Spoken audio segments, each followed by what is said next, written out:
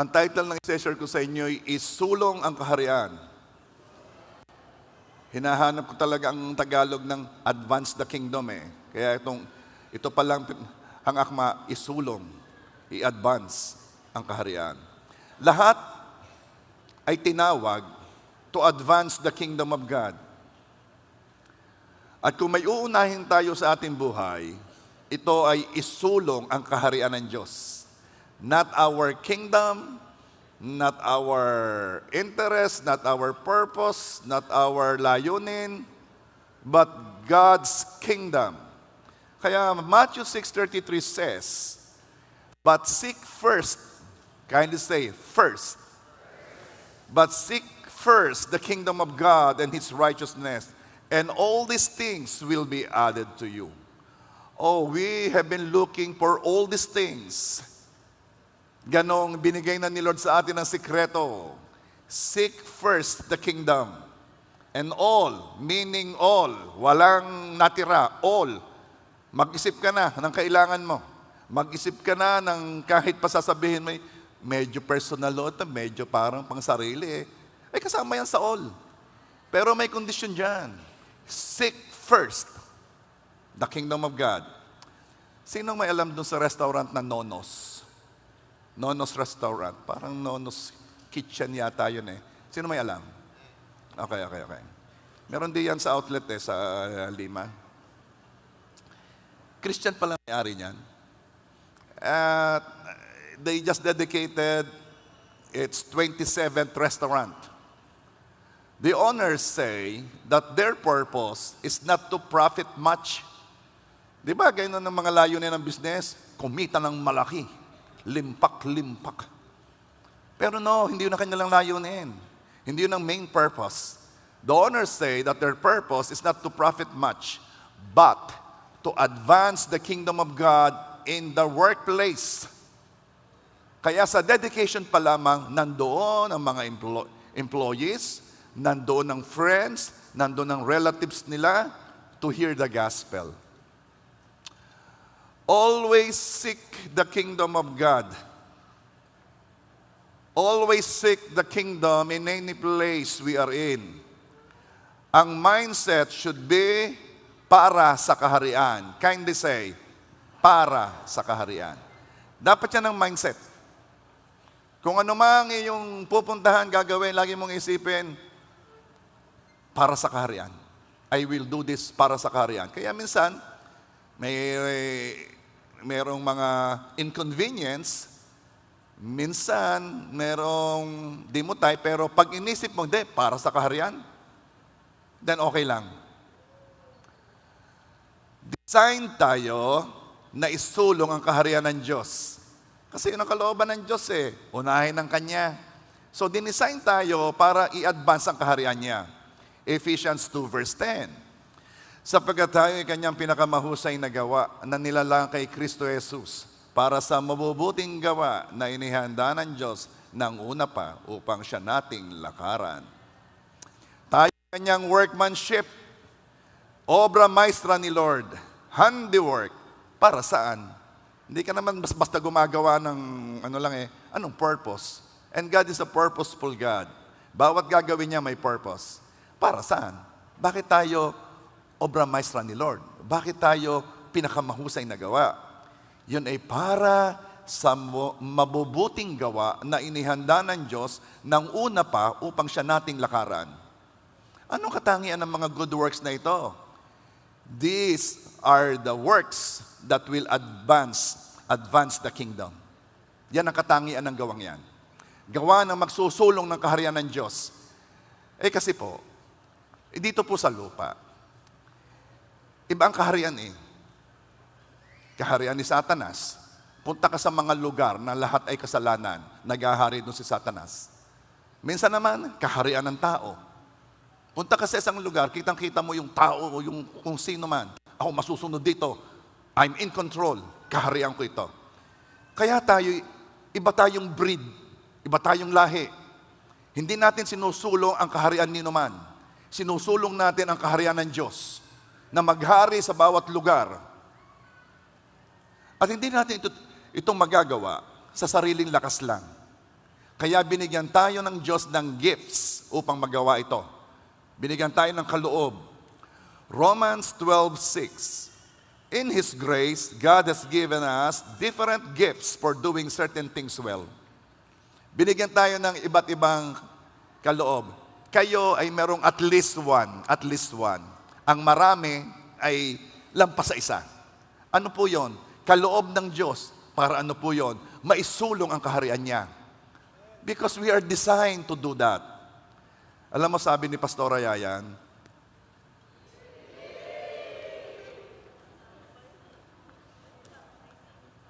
kasi yung pong worship night, medyo short yung kanilang preparation.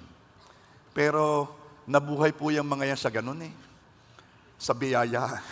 At napakasagana ng biyaya ng Diyos sa mga yan.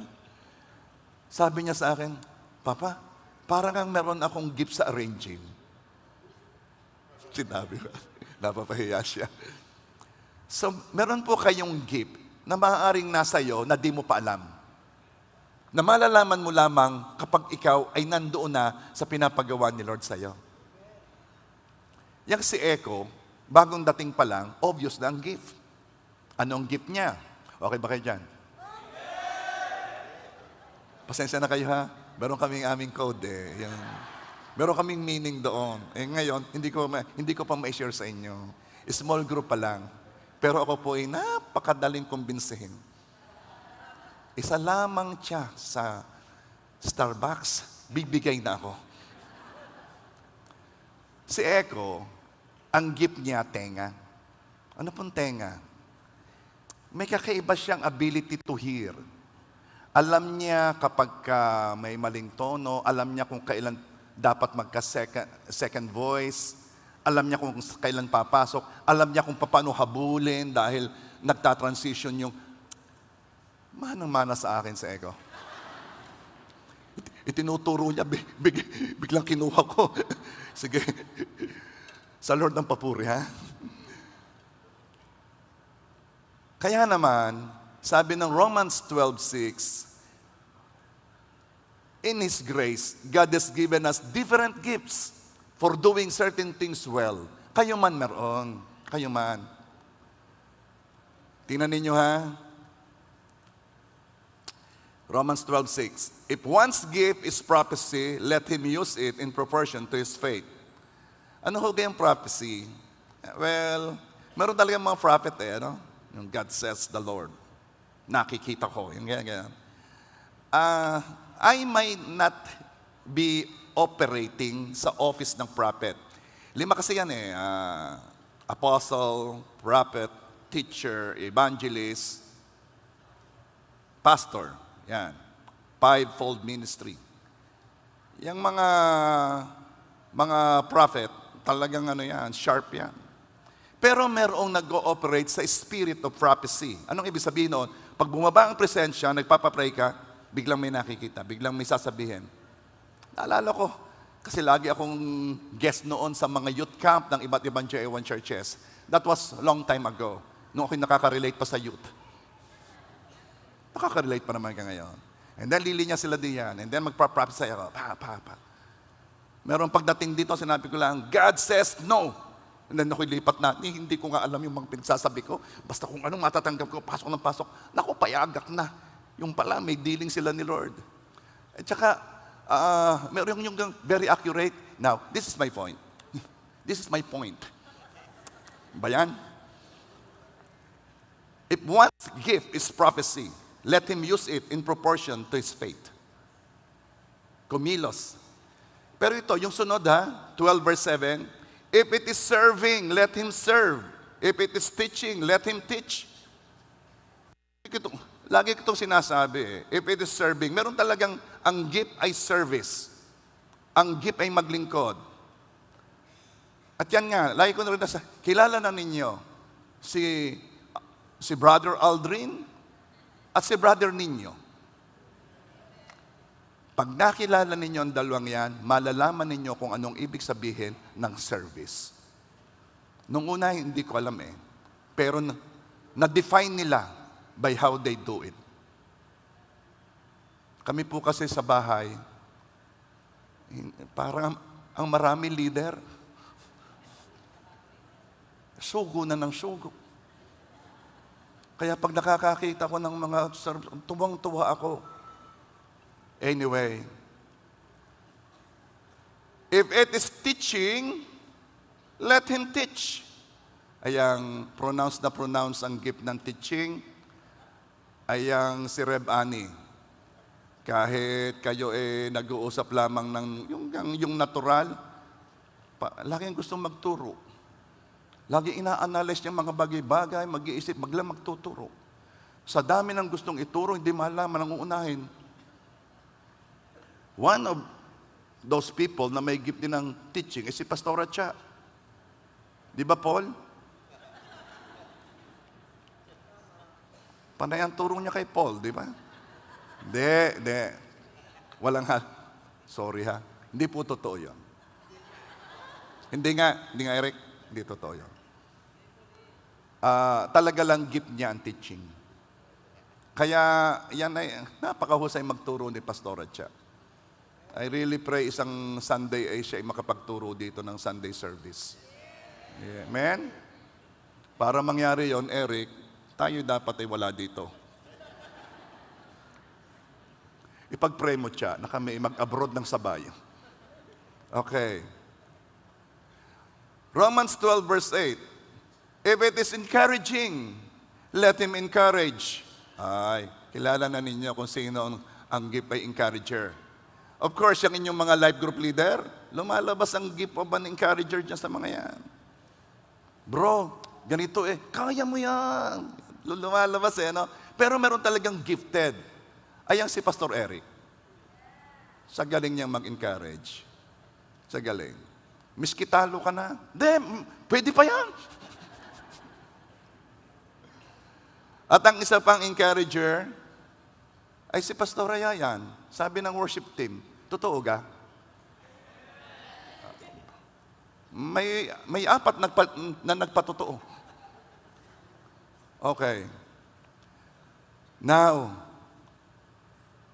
if it is giving, sabi dito if it is encouraging, let him encourage. If it is giving, let him give generously. Salamat sa mga givers. Marami dito. Salamat sa mga nag-sponsor sa iba na maka-attend sa leadership camp. Salamat sa nag-adapt ng mga churches sa Bicol na nagsasabing, Reb o Pastor, ako ang bahala sa 6 months na rent o 1 year na rent. Salamat sa biyaya ng Diyos sa inyo. Hindi ko kasi masabi ang mga pangalan nyo kasi ayaw kong mabawasan ang inyong reward. Gusto ko'y buong-buo ang reward nyo na huwag makakuha kahit kaunti. Na makuha mo ang reward sa lupa na dapat ay buong-buo sa langit. At ang sabi ni Paul, kung di yan katinawag, galingan mo na. If it is giving, give generously. Ano pa? Let him lead. If it is leading, let him lead with diligence. Paano mo malalaman kung ang tao ay may gift ng leadership? Kapag may sumusunod. Yun lang yan. Marami kasing mga positional leader nilagay. Susunod din yan. Kapag yan ay nasa corporate structure. Salamat, bagong English yon. Susunod yan, bakit? Ay may sweldo Pero alam ba ninyo sabi nila, dito daw sa church talaga, natetrain ng leadership. Why? Kasi mga volunteers lahat And they will follow you. Kahit walang nare-receive. Kaya dito labas na labas ang leadership. At marami akong nakita sa inyong leader. Merong mga natural leader yung pagkaanak na leader. Paano mo makikita yon? Bata pa lamang, sa kanya nasunod na ibang bata. Natural leadership. Pero ito'y natetrain din. Now, if your gift is leading, let him lead. With diligence. May pagsusumikap. Of course, our leader ng JA1 Church is Bishop Art. At talaga namang pronounce sa kanya ang gift ng leadership. Ang sunod, if it is showing mercy, Yan ang mga gifts eh. If it is showing mercy, let him do it cheerfully. Sabi ko, bakit kaya doon sa mga giving, let him give generously. Sa leading, let him lead with diligence. Pero sa showing mercy, sabi, let him do it cheerfully. Kasi yung mga maawain, yan lagi kayong naaawa. Madali sabi, yan lagi ang nakilos ng, ay, kawawa naman. Ay, minsan, pag mayat-mayan ay nakakainis din. Nakakainis din.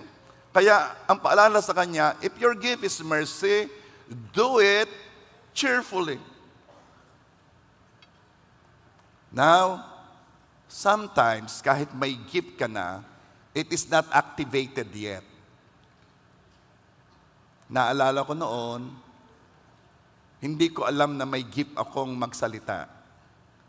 Impossible to know dahil ako'y nag-stammer. So, hindi ako, alam kong wala ako, sabi ko wala ako niyan. Yun pala, hindi palang activated. Maraming gifts na lalabas lang kapag sumurrender ka kay God. May mga gifts na lalabas lang. Kaya yung gifts mo, di mo malaman, hindi ka suko kay Lord eh. Alam naman ninyo yung gifts kung saan gagamitin sa pagsulong ng kaharian niya. Ay kahit pa malaman mo ang gifts mo, hindi mo naman sinusulong ang kaharian ng Diyos. What for? Kaya maraming gifts dyan, nandyan lang, hindi pa umuultaw. Pero once sinabi mo, yes Lord, I surrender my life, boom, lumalabas yung gifts.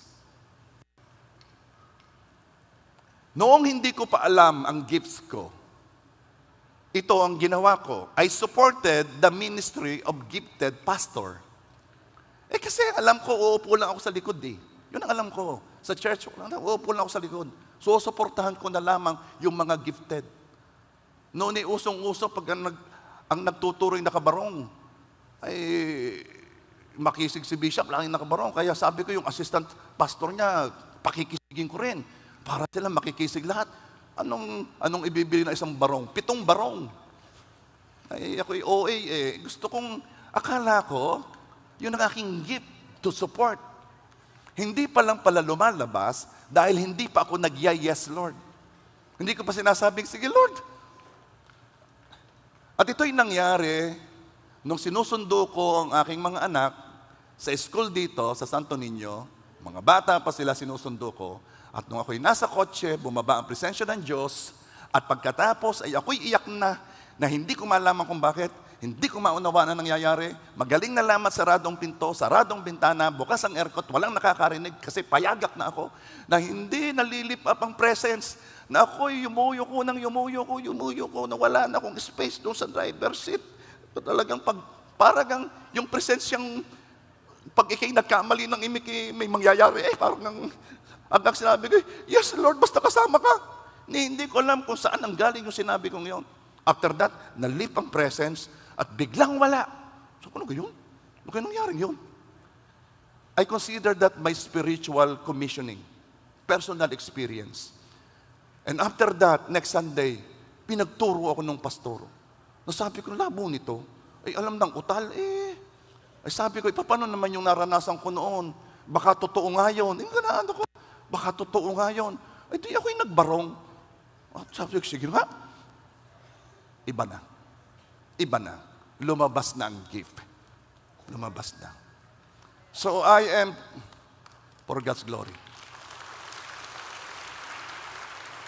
I am encouraging you. Yung mga gifts na yan, design ni Lord para isulong ang kaharian niya. Kaya hindi pa lumalabas ng gusto, hindi ka pa nag-yes kay Lord. Unahin mo ang yes. Hindi ko po alam ang gagawin kayo, unahin mo ang yes. Isang ko dadalhin, unahin mo ang yes. Hindi ko kaya, unahin mo ang yes. Unahin mo ang yes, Lord. Alam mo ang kalaban ng mga naglilingkod sa Diyos? Ang kalaban nila'y comfort. Anong comfort? Ayaw na mawawala sa comfortable situation. Ay baka ho ito ang gawin sa akin, baka okay gayon, baka ganun, baka ho sabihin, ibigay ko rin isuko ko ang aking girlfriend, ang aking boyfriend.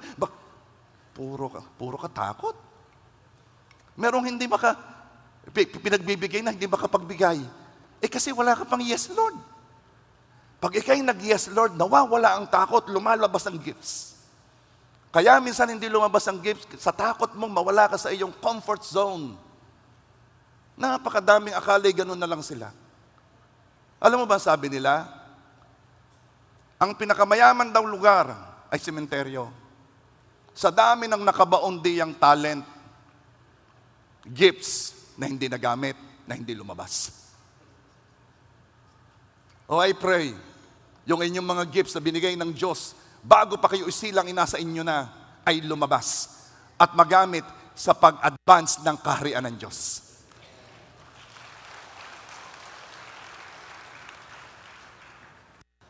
Romans 11:29, for God's gifts and His call can never be withdrawn. Ibig sabihin, His gifts and calling are irrevocable, walang bawian. Nasa atin na kung ano mang gagawin natin sa mga kaloob na yan. Pwede nating piliin kung paano gamitin ang kaloob, ang kakayanan, ang abilities, ang gifts na to. At 3 paraan natin ito magagawa o magagamit. Una, pwede natin gamitin ng gifts to benefit ourselves. Alam po ninyo yung mga gifts, kakayanan, abilities, ay ibinigay para magbenepisyo ang kaharian ng Diyos. Upang marami ang makakilala sa Kanya.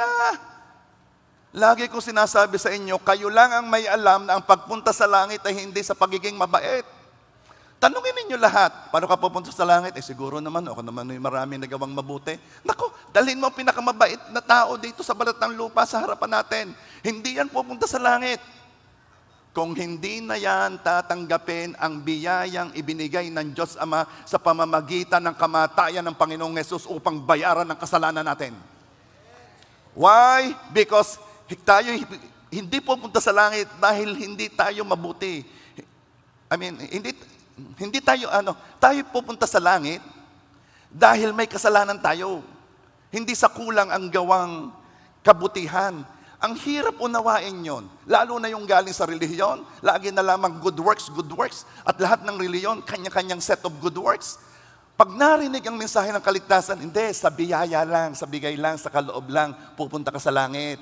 Hindi sa mabubuting gawa upang walang makapagmalaki. Hindi yan dahil sa iyo, yan ay kaloob ng Diyos. Hindi, ang tagal pumasok sa sistema. Kasi for a very long time, bata pa, magagalit si Jesus pag ikay bad. Yun ang sinabi sa atin. Gayong ang pagpunta pala sa langit ay kailangang panampalatayanan natin si Jesus na nagbayad ng kasalanan natin.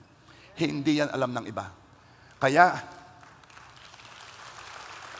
using your gifts, using your talents, you will use it so that people will know.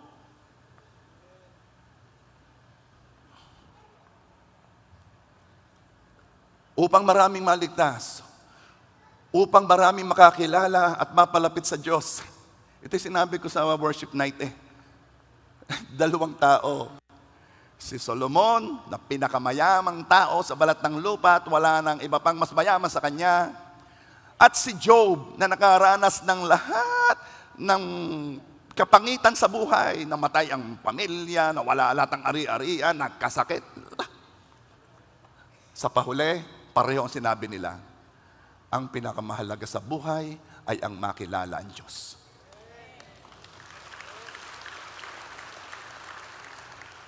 Yan ang ating misyon. I-advance ang kingdom.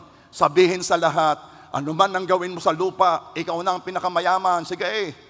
Ikaw na ang pinakamatalino, sige. Ikaw na ang pinakasikat, sige. Ikaw na ang pinakamaganda, sige. Ano man, ikaw sa lupa, wala yang saysay. Napatunayan na yan ni Solomon. Ikaw man ang pinaka-nagsakripisyo, ikaw man ang talagang nagbigay ng lahat para sa Panginoon. Wala rin yang saysay. Sapagkat ang pinakamahalaga ay ang makilala mo ang Diyos na lumikha sa iyo. And praise God.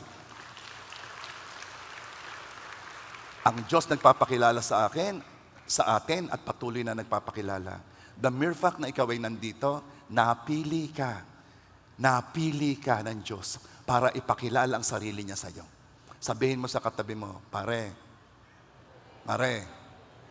napili ka gustong magpakilala ng Diyos sa iyo?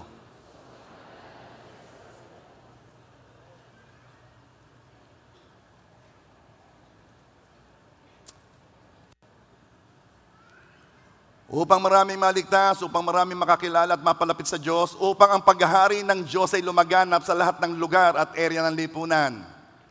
Lumaganap sa school. Sino pa mga students dito? Ba, ilan na? Sino ang nasa school pa? Pareho yon. Pareho yung tanong ko. Pero students ka pero wala ka sa school. Mabigat yon. Okay. Kayo naman siguro yung naka-attend na ng MGR, ano? May sinabi sa inyo eh. Kayo hindi estudyante, kayo ay nagkukunwari na estudyante. At ano kayo? Kayo ay soul winner at discipler. Okay. Alam ba ninyo, yung inyong time na yan, yung inyong season na yan, will never come back. Napakaraming reunion ng reunion, pinag-uusapan nung sila'y high school. Reunion ng reunion, pinag-uusapan nung sila'y elementary, nung sila'y college. Bakit nila pinag-uusapan? Gustong ibalik.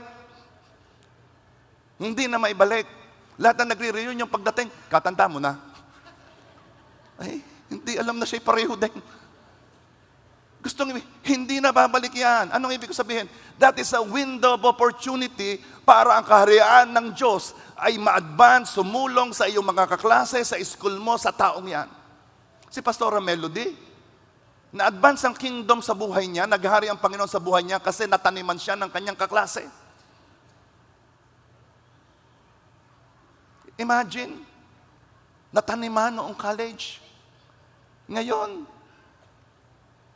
pastora na.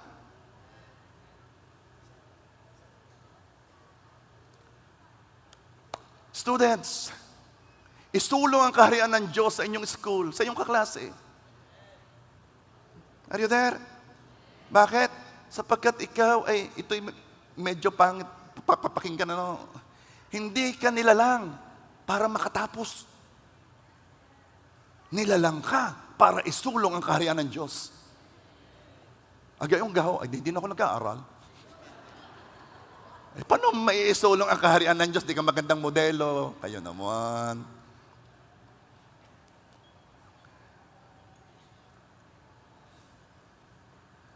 Kung natutuhan mo kaagad ang itinuro, gamitin mo yun. Gift sa'yo yun.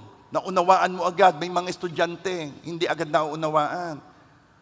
Arito ka, turuan kita. Ito yun. Now may influence ka na sa kanya. Dahil may influence ka na sa kanya, natulungan mo siya, pakilala mo na si Jesus. Pag nakakakita ako ng mga singers sa mga events, sabi ko, worship leader sana itong batang ito. Yung mga may pupuntahan kang, may banda, may mga babaeng nasayaw, ikling-ikli, ng damit. Sabi ko, sa halip na sinusulong ang kaharian ng Diyos, hindi niya alam na siya'y nilikha para isulong ang kaharian ng Diyos, ay kung ano-anong sinusulong. Sinusulong ang bayawang.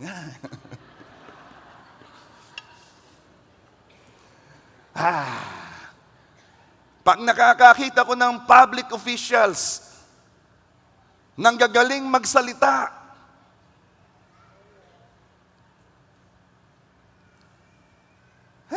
sabi ko, kung ginamit lang niya ang galing niyang magsalita to advance the kingdom of God, marami na sanang nakakilala sa Diyos at nabago ang buhay.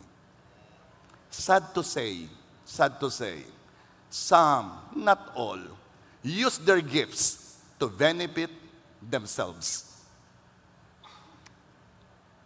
Nakarinig na ba kayo ng multo? Di ba yung multo ating dinideliverance? Meron po tayong deliverance, yung Ghost Flood Control Projects. Sino ka? Flood Projects. Nagmumulto ka. Ayaw ko namang isingit ang politics dito sa pero ako kasi medyo nabagabag dito sa aking narinig. Sabi ni Risa Hontiveros, sa laki ng pundo na nakurap sa ghost projects katulad nito, mabibigyan na sana lahat ng Pilipino ng tig-1,000,000. Hindi kasi natin alam kung gaano kalaki ang kinukurap eh. Alam mo bang kung yung mga kinuhang yon, pinalander, sa 1 taon lang yata eh, ay hinati-hati sa atin, ay paldo.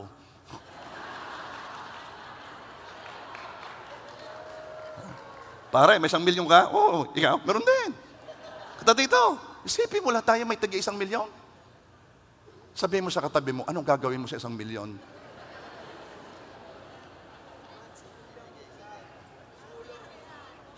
Para daw sa kaharian, sabi na rin 2 are. Tunay? Simuli na, habang wala pa. Okay. Ako'y nabagabag. Ganun kalaki. Philippines is not poor. Ang dami lang talagang plunderer. Pag-pray nyo ako nalulungkot. Hindi ko na may iwasan sabihin. Laman na ng puso ko ngayong simula nung aking nalaman. Ganun pala kalaki. Lost prayer. Isipin mo kung ang mga taong itong ang gagaling sa administration, ang gagaling sa kung anumang gifts, kung ginamit ito sa pagsulong ng kaharian ng Diyos at hindi for own benefits. Okay, nag-iisip, paano kaya talaga? Paano kaya? Pilipinas, paano ka na? Kaya yung mga OFW, lungkot na lungkot eh. Kitang-kita nilang difference, mas mayaman pang Pilipinas. Singapore, liit na liit, yamang-yaman. Vietnam, galing sa gera, naunahan na tayo. Tayo mag-rally, pare tayo. Ay, biro lang, ha?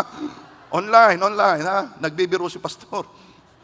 Manalangin, ang ibig ko sabihin, manalangin. Prayer rally. Pero minsan, ibang meaning nila sa prayer rally. Iniiba na rin. Anyway, sige. Alis muna sa isip, alis. Tanda pa ninyo yan, ha? Pagka inaalis sa isip. Okay. Next. Pwede rin gamitin ang gifts to advance the kingdom. Yay! Itong dapat. At kapag ginamit natin ang gifts natin para sa kaharian, tayo'y may reward. 1 Corinthians 9:17. For if I do this willingly, I have a reward. But if against my will, I have been entrusted with the stewardship. Pag hindi ginamit para kay Lord, sa halip na reward, pananagutan natin ito kay God. Sabi ng isang preacher, narinig ko ang mga Kristiyano, hingi ng hingi kay Lord, hingi ng hingi. Hindi nila alam, dumadami lang ang pananagutan. Akala ba ninyo, okay lang yan? Lahat na ibigay ni Lord sa'yo, pagkaharap mo na siya, tatanungin ka ni Lord, anong ginawa mo sa binigay ko sa'yo? Sa pinagkatiwala ko sa'yo, anong ginawa mo? Anong sasabihin mo? O, U. Kaya make sure na alam mo na ang purpose ng lahat na tinatanggap mo and you are just a steward, pinagkatiwalaan. Para ano? Para sa kanyang layunin at sa kanyang purpose to advance His kingdom.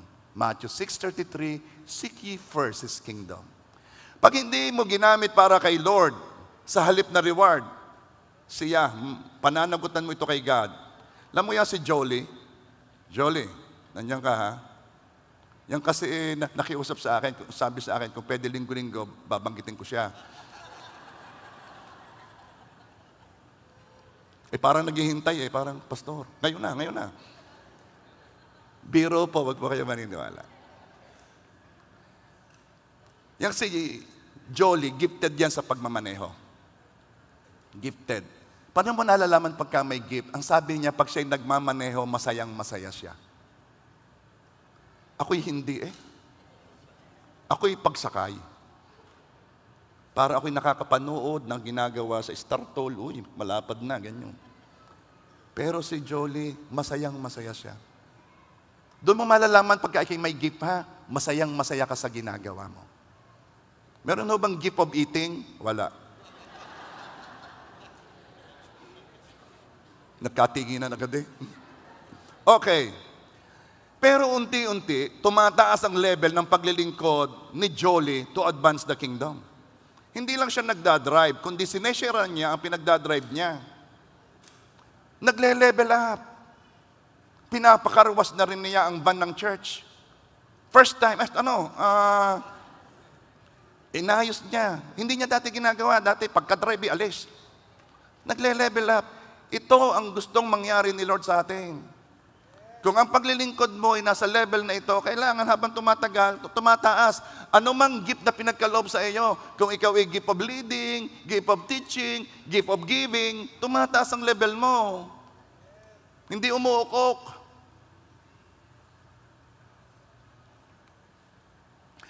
1 Corinthians 4 verse 2, moreover, it is required in stewards that one be found faithful. Isipin mo kung si Jolie, magmamaneho nga lang siya at hindi niya iisipin ang pagsulong ng kaharian. Then, ginagamit lang niya ang gift niya sa paghahanap buhay. Wala, kadating-dating sa langit.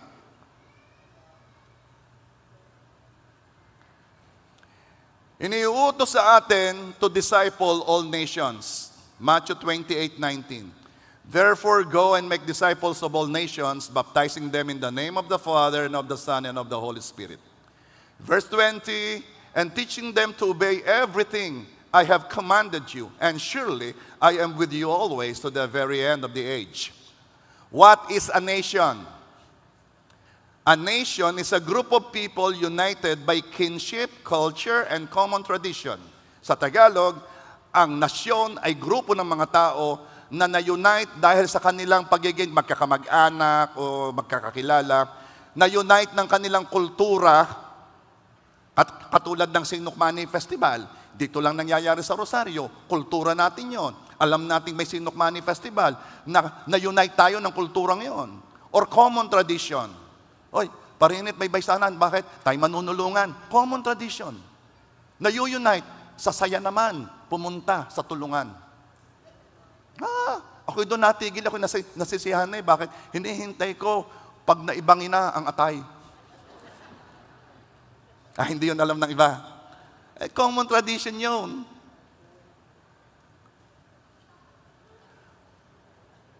Persons with commonality. Ibig sabihin, pareho ng interes. They could be the mountain climbers. Meron pa ba ditong mga mountaineers? Wala na. Sabi ko naman sa inyo, magkapinalaan kayo, mas madali. Cyclists. Meron pa ba ditong mga grupo na nagbibisikleta? Wala na rin, ano? Puro magkakapin na lang yata ditong mga... Yan yung mga taong nabubuo ng kanilang interest, ng kanilang gusto. Ang dumadami ang mga pickleball players. Ano? Of course, yung ating mga dancers, parami ng parami. Meron silang tribo. Ang mga dancers dito, may kanilang lahi. Yan ang nation. So, ano ang nation? Our nation is our sphere of influence.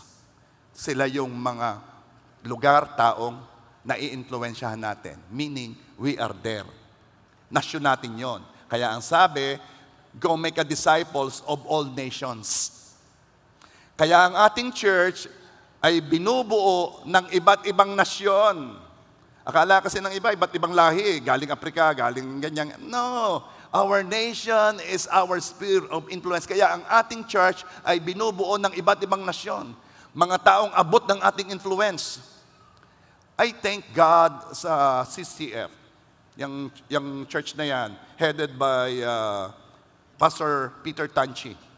Bakit? Na-disciple nila ang tatlo sa magkakapatid na C. Yung bang may-ari ng SM? Di ba namatay na si Henry C? Hinati doon sa mga anak ang pag-aari. Kahit hinati, nasa top 10 pa rin sila sa yayaman. At tatlo doon na disipulo ni Peter Tanchi. o ng CCF. Hindi ko alam kung sino na. Bakit? Bakit? Kasi it could be they are in the same circle or the same sphere of influence. Si Peter Tanchi kasi, hindi lang siya Chinese, negosyante siya.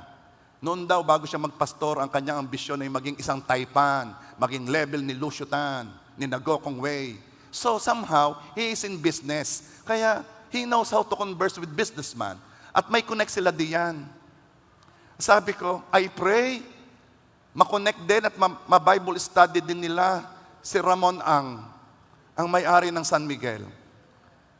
Bakit? Kasi si Ramon wala sa aking nasyon. I pray, nasa nasyon niya. Para siyang makakonect. Alam nga namang pupunta ko sa San Miguel. Ramon Bible study tayo. Sino ka? Di mo kilala? Pastorita? Wala, itataboy ako ng security. Hindi ko siya nasyon. Ay bakit po ninyo totoo naman gustong si Ramon ang ma-born again? Karami naman. Okay.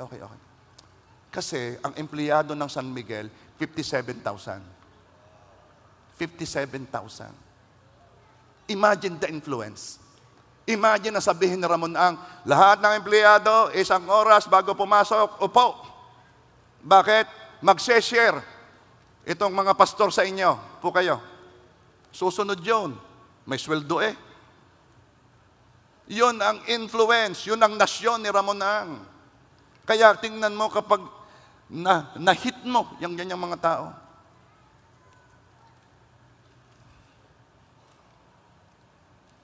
Hayaang lumawak ang paghahari ni Jesus. Baguhin natin ang ating mindset na dapat hiwalay ang secular sa sacred. For a very long time. Salamat na bago na ang ating mindset. Ang Kristiyano ayaw makihalubilo sa hindi Kristiyano. Baka ma-defile. Pinalalayo tayo. Iba. No, hindi. Hindi yan magkahiwalay. Kaya si Kristo'y bumaba. Sumama nga siya sa mga... Imagine, hiniwalay ng Kristiyano ang kanilang sarili sa mga tao na dapat ini-influence natin. Sa halip na tulungan nating mabago ang kanilang pag-iisip, humiwalay tayo. Sino nakakakilala kay Zacchaeus? Si Zacchaeus ay chief tax collector. Kinamumuhian ng mga Hudyo sapagkat ang iniisip nila, ang loyalty ni Zacchaeus ay nasa Romans. Kinukuha ang pera ng mga Hudyo, binibigay sa gobyerno ng Romano. Chief tax collector. Hindi siya basta tax collector, siya ay head. Siya ang pinuntahan ni Jesus. Pagkatapos ng encounter, ito ang sabi ni Zacchaeus. I will give 1/2 of my wealth to the poor, and if I have cheated people in their taxes, I will give them back 4 times as much. Ay bakit po malaking bagay sa inyo? Kasi siya ay chief tax collector. Imagine how Zacchaeus will influence his sphere of influence. How Zacchaeus will change the mind ng mga taong under niya kasi chief. Alam mo, nag-iisip ako, paano ka mababago ang Pilipinas? Ipag-pray ninyo na ang susunod na president. I like BBM. As far as he's doing right now, I like it. Yung sabihin niya sa mga politiko at kontraktor na mahiya naman kayo. At kanyang puntahan yung mga finished project na hindi nasimulan. Sabi ko, ito'y matindi na ito. Nabago ang aking isipan sa kanya. Hindi ko siya binoto, pero gusto ko na siya ngayon. Pray na yung susunod na presidente will be honest. Bakit? Iba pa rin kapag yung top ang honest. Hindi malaman ng nasa baba kung paano kikilos kapag yung nasa taas ay malinis.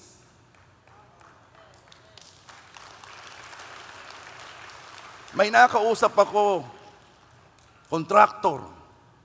Noong si Pinoy ang presidente, ang kanyang motto kung walang kurap, walang mahirap. Hindi daw nila alam kung paano kumilos sa DPWH. Hindi nila alam. Kasi hindi nila alam kumilos pag may matuwid. Oh, pray. Pray for Vico Soto. Bata pa, pero binabanata na. Pag-pray na dumating ang time, we will have him. Why? Because he is a Christian. Bata pa'y lumaki sa salita ng Diyos. At kitang-kita natin sa Pasig ang nangyayari. Pastor, separation of church at saka state, dapat hindi nakikialam ang church sa government. Sino may sabi sa iyo? Sino may sabi sa iyo? Ang sabi ni Lord, go! Make a disciple-able nation and government could be our nation.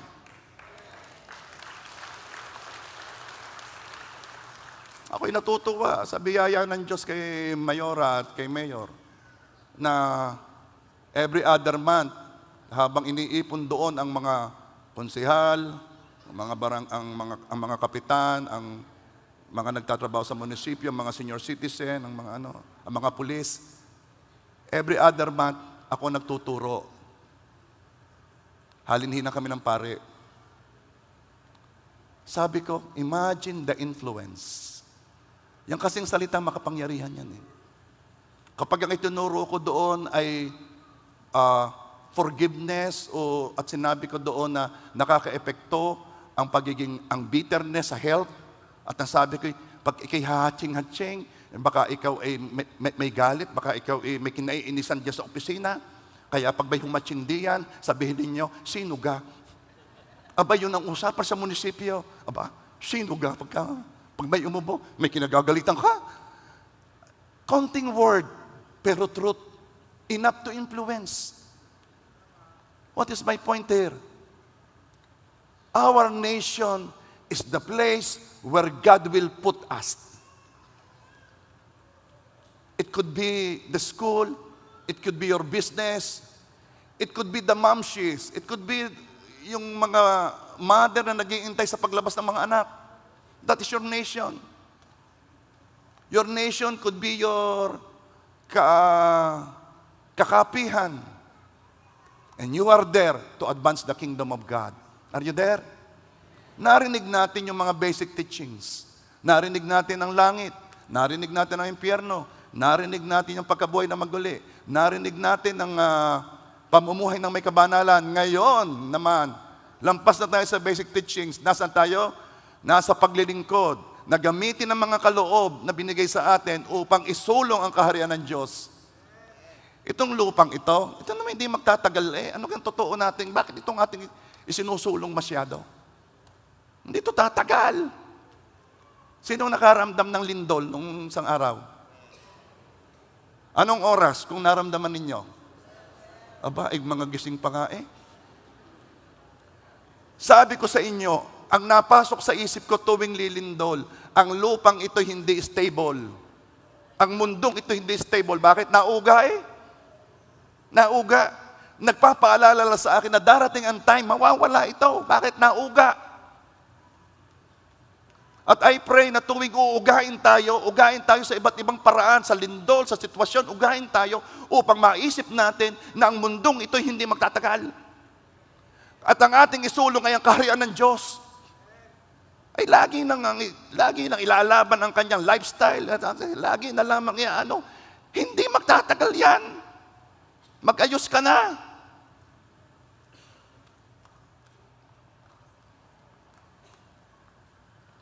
May reward sa bawat pagkilos natin to expand God's kingdom sa gawang inihanda ng Diyos para sa atin.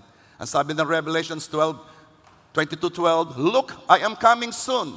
My reward is with me, and I will give to each person according to what they have done. Galingan mo, Kristiyano. Galingan mo para marami kang reward. Ako ang unang-unang matutuwa pagdating sa langit pag nakita ko ang yaman-yaman mo sa langit. Bakit? Ayun ang walang hanggan. Ay, yamang-yaman nga sa lupa pagdating sa langit na hindi naman. Yain na hope, basta nasa langit, sabi mo lang yan. Ang Diyos ang nagbibigay ng reward, ha? Ibang klase pag Diyos ang nagbigay ng reward. Yun nga tao na medyo may kaya, may kakayanan. Pag yan nagbigay, may ramdam, uy, katindi naman. Kahit hindi ng regalo sa akin. Bakit? May kakayanan eh. Ano kang binigay sa iyo? Binigyan ako ng Rolex eh. Tsaka, kahit hindi naman. Sasabihin ako sa iyo, tao lang yon. Limitado yon. Ang magbibigay ng reward sa iyo ay Diyos ng mga Diyos, Hari ng mga hari, ang lumalang ng langit at lupa. Huwag mong babasta-bastahin yon. Ayaw kung pagdating sa langit ay meron kang regret. Dahil, alam mo ba, napaka-generous ng Diyos. Magbigay nga lang daw ng isang basong tubig sa lingkod ng Diyos, may katumbas ng reward. Isipin mo, pag ang binigay mo isang palanggana. Okay. Our reward is directly connected to our attitude. Mahalagang attitude as we operate in our gifts. 1 Corinthians 9:17. For if I do this willingly, I have a reward. But if against my will, I have been entrusted with stewardship. Okay. If our attitude is selfless, my reward. If our attitude is selfish, makasarili, we do not receive reward. Selfless ay ganito. It's a privilege to serve others with my abilities. Yung bang matapos kang matulungan, tapos nagpapasalamat ka, salamat ha, tapos sasabihin pa sa yung, no, it is my pleasure to help you. Oh. Selfless. Ang ramdam niya ay privilege to serve. Ano naman ang selfish? Ay anong mapapala ko pag ito'y binigay ko sa iyo? Selfless. What can I do for you? Selfish. What is it for me? Selfless. I'll do my best kahit walang ROI. Sabi ni Pastor Ayan yun eh. Di ba? I'll serve the kingdom kahit walang ROI. Walang return on investment. Hindi yun ang mindset mo. Selfish. Eh, bakit ko gagalingan? Eh, wala naman para sa akin diya. Selfless. I must keep on moving on. Echo. Keep on moving on. Okay ba? There are so many to reach and influence. Ang selfish, okay na ako, comfortable na ako, easy-easy na lang, basta langit. Sa paglilin ko, uulitin ko, ang kalaban ay comfort. Ilang ulit sinasabi ni Bishop na siya'y napaluha nung nalaman ako'y napunta ng Bicol. Hindi yun ang pagkakilala niya sa akin. Hindi niya nalaman ako'y nagmi-mission sa Bicol. Siya dahil napaluha. Sabi ko, ganun pala ako. Saka ako na-realize. Oh, last na. Konti na lang time ha. By the way, yung mga bago, may nagsabi sa akin, maraming dadating ng mga bago. Diretso kayo sa third floor ha, meron kayong pagkain. Yung mga luma, kumain na kayo ng inyo. Para sa? Okay. Number 3, hindi gamitin ang gifts ng maayos. Pwede mo rin gawin yan. 3 yan eh. Gamitin mo para sa iyong benepisyo, gamitin mo para sa Panginoon, o wag nang gamitin. May nagsabi, okay, God has a master plan for building His kingdom. Pero maraming tao hindi kumilos ayon sa plano ng Diyos sa buhay nila. Pero hindi mapipigilan ng Diyos. Kaya si God ay kumuha ng kapalit nila. Marami sa naglilingkod ngayon sa Diyos ay hindi unang pinili. Nagkataon lang na yung nauna ay hindi nag-yes kay Lord o hindi ginawa ng maayos ang pinagagawa ni Lord. I consider myself a second choice. Bakit? Ay katagal, ako 39 yata ako nung ano. Ako minsan sabi ko sana nung ako yung mga 17, 18 na simula na. Anyway, ang pinakamatindi dito ay si Eli. Siya'y pare, head priest, si Eli. Pinalitan siya ni Samuel. Pero ito pong istorya. Si Eli at ang kanyang mga anak ay assigned to be the priest who would approach God for the people of Israel. Pero, hindi dinisiplina ni Eli ang 2 niyang anak. Naglilingkod din sa tabernacle ang kanyang anak, Dalawa, pero hindi nila kilala ang Diyos na pinaglilingkuran nila. Kumukuha sila at kumakain ng mga karne na supposed to be ay pang-sacrifice, hindi yun para sa kanila. Gumagawa sila ng immoral acts sa mga babae na nagseserve sa doorway to the tent of meeting. Okay? Nung nalaman ito ng kanilang ama na si Eli, nirebuke niya, pinagalitan niya ang kanyang mga anak, pero hindi niya napigilan ang kanyang mga anak. Kulang sa disiplina si Eli, kulang sa sigasig si Eli. Bakit? Ang malaking bahagi ng puso niya ay nasa kanyang pamilya, nasa kanyang anak, at wala sa Diyos. Kung ikaw ay alam mo ang pagkatawag sa iyo, unahin ang kaharian ng Diyos, and all these things shall be added unto you. Huwag mong idahilan sa akin ang iyong pamilya. Bakit? Sapagkat idadagdag ng Panginoon yung mga yan. Nung ako'y naglingkod, nasabi ko, wala na akong negosyo, tama na, hindi na. Okay, magpo-full time na kay Lord. Kay Lord na lang. Lahat ng ama, ang kanyang iniisip ay mabigyan ng mabuting buhay ang kanyang pamilya. Pero hindi. Si Keepers, wala na akong inaasahan. Napakalungkot ko nung ako'y nag-yes, Lord. Dahil ang ramdam ko, wala nang aking ambisyon. Wala na. Pero totoo talaga, seek ye first. And all these things shall be added unto you. Praise God. At inuna ko si Lord. Kaya ikaw, nang idadahilan mo sa akin kung ano-ano, at yun po ang no. Unahin mo ang Diyos. Huwag kang mag-alala. Ang Diyos hindi madamot. Alam ng Diyos ang tama. Huwag kang mag-alala. Huwag kang matakot. Unahin mo ang Diyos. At yung mga inaalala mong iyan, bahala si Lord.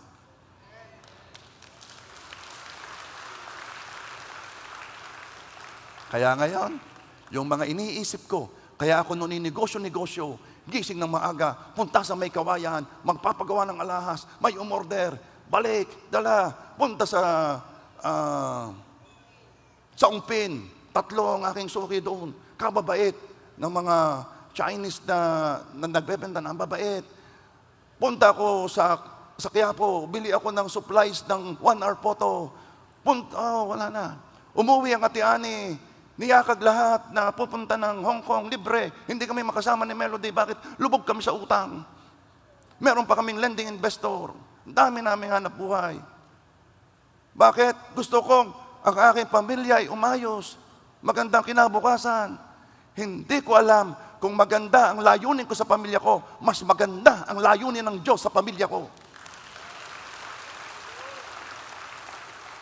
Huwag ninyong isipin na kayo'y mas mabuti kaysa sa Diyos. Ay lagi kang mag-isip, Panginoon, ang aking anak. Sabi, di kayo alam ko. Ay kung makakaimik lamang sila, di kayo alam ko. Ano, Lord, ang aking alam ko. Sinasabi ko nga ang gagawin mo, unahin mo ang kaharian ko. Yun ang susi. Are you there?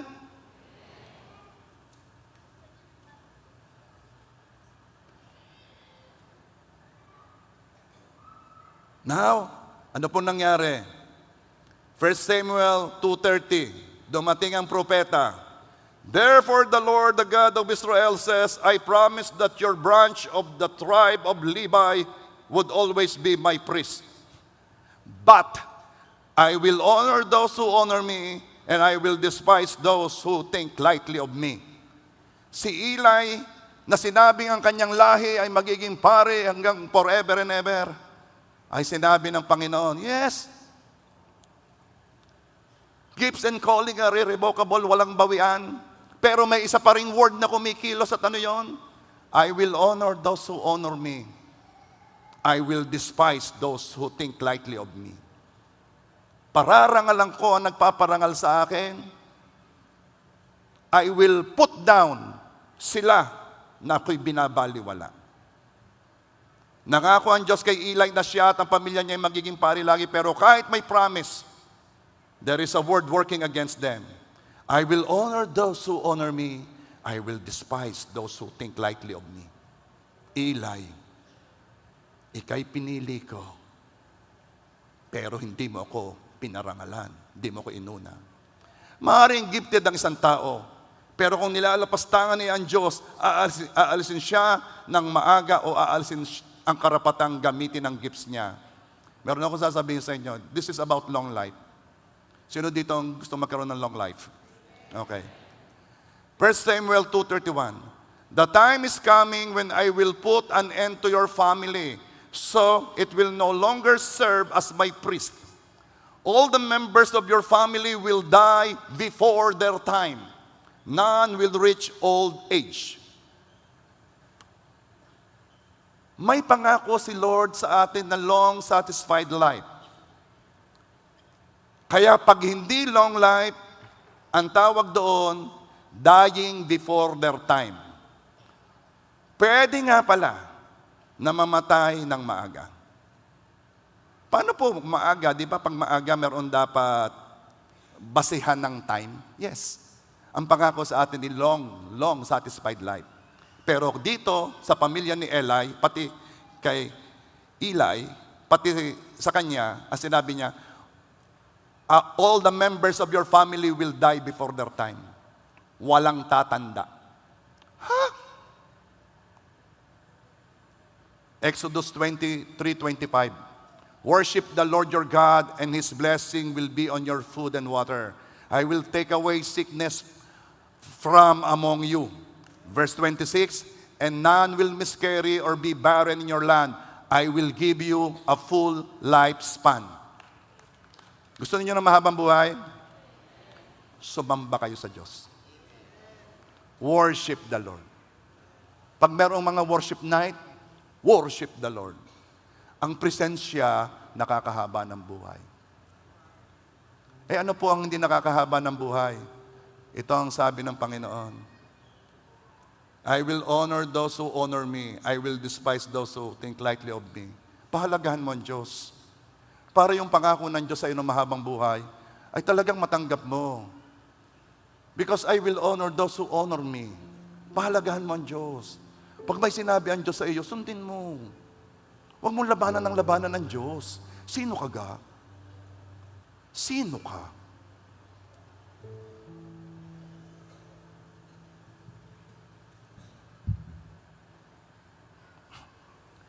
God is sovereign.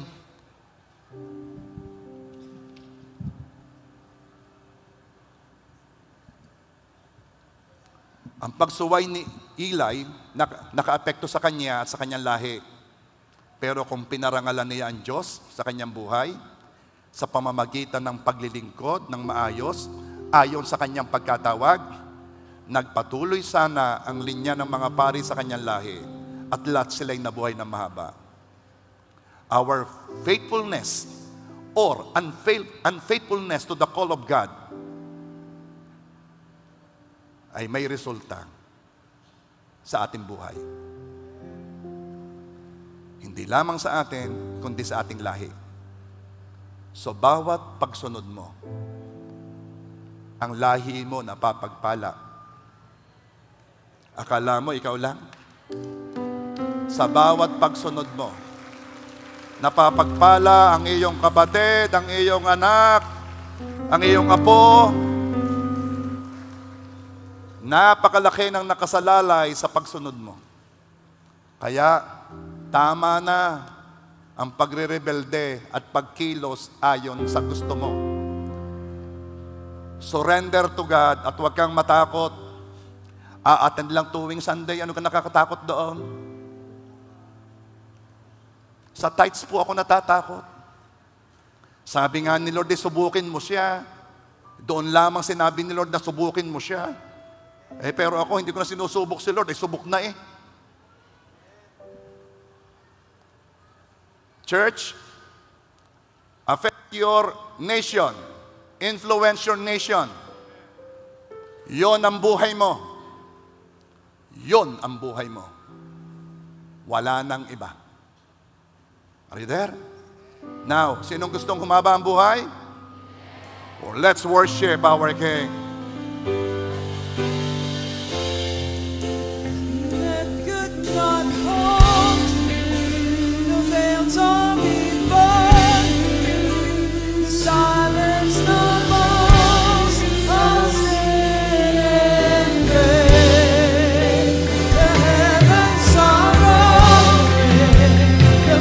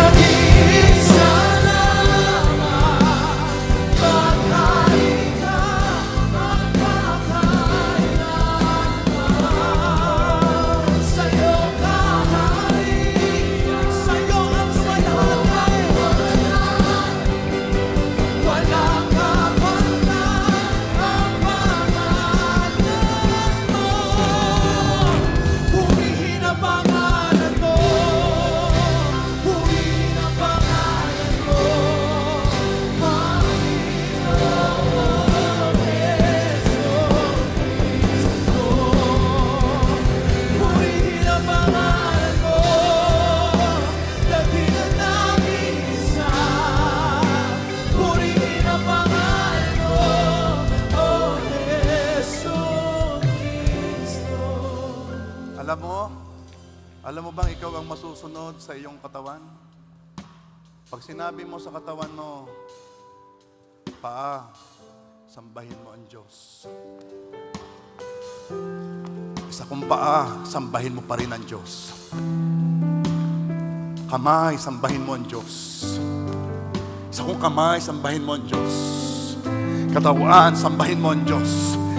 Bawat bahagi ng katawan ko, ang aking kidney, ang aking lungs, ang aking buto, ang aking joints, ang aking ulo, ang aking brain, every organ of my body, sambahin mo ang Diyos. If you want to be healthy, pakilusin mo ang katawang ito sa dapat niyang kilusan. Nilikha para sambahin ang Diyos.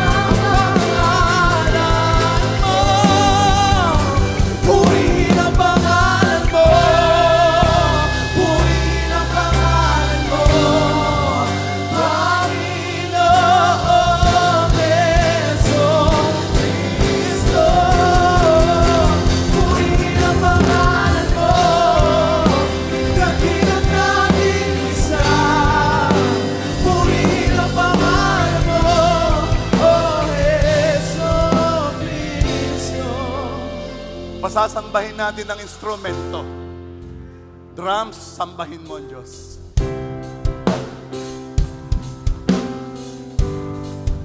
Everything is to worship our King. Sabi ng Diyos, kapag hindi sumamba ang mga tao, ang bato ang sasamba sa Kanya. Pero JA1, hindi natin papayagan na mauna pang bato sa pagsamba sa Diyos. Everything in us will worship our King. Worship. Worship.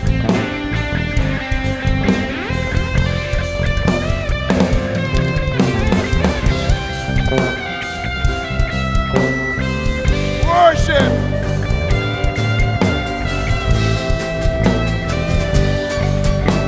Now, everybody!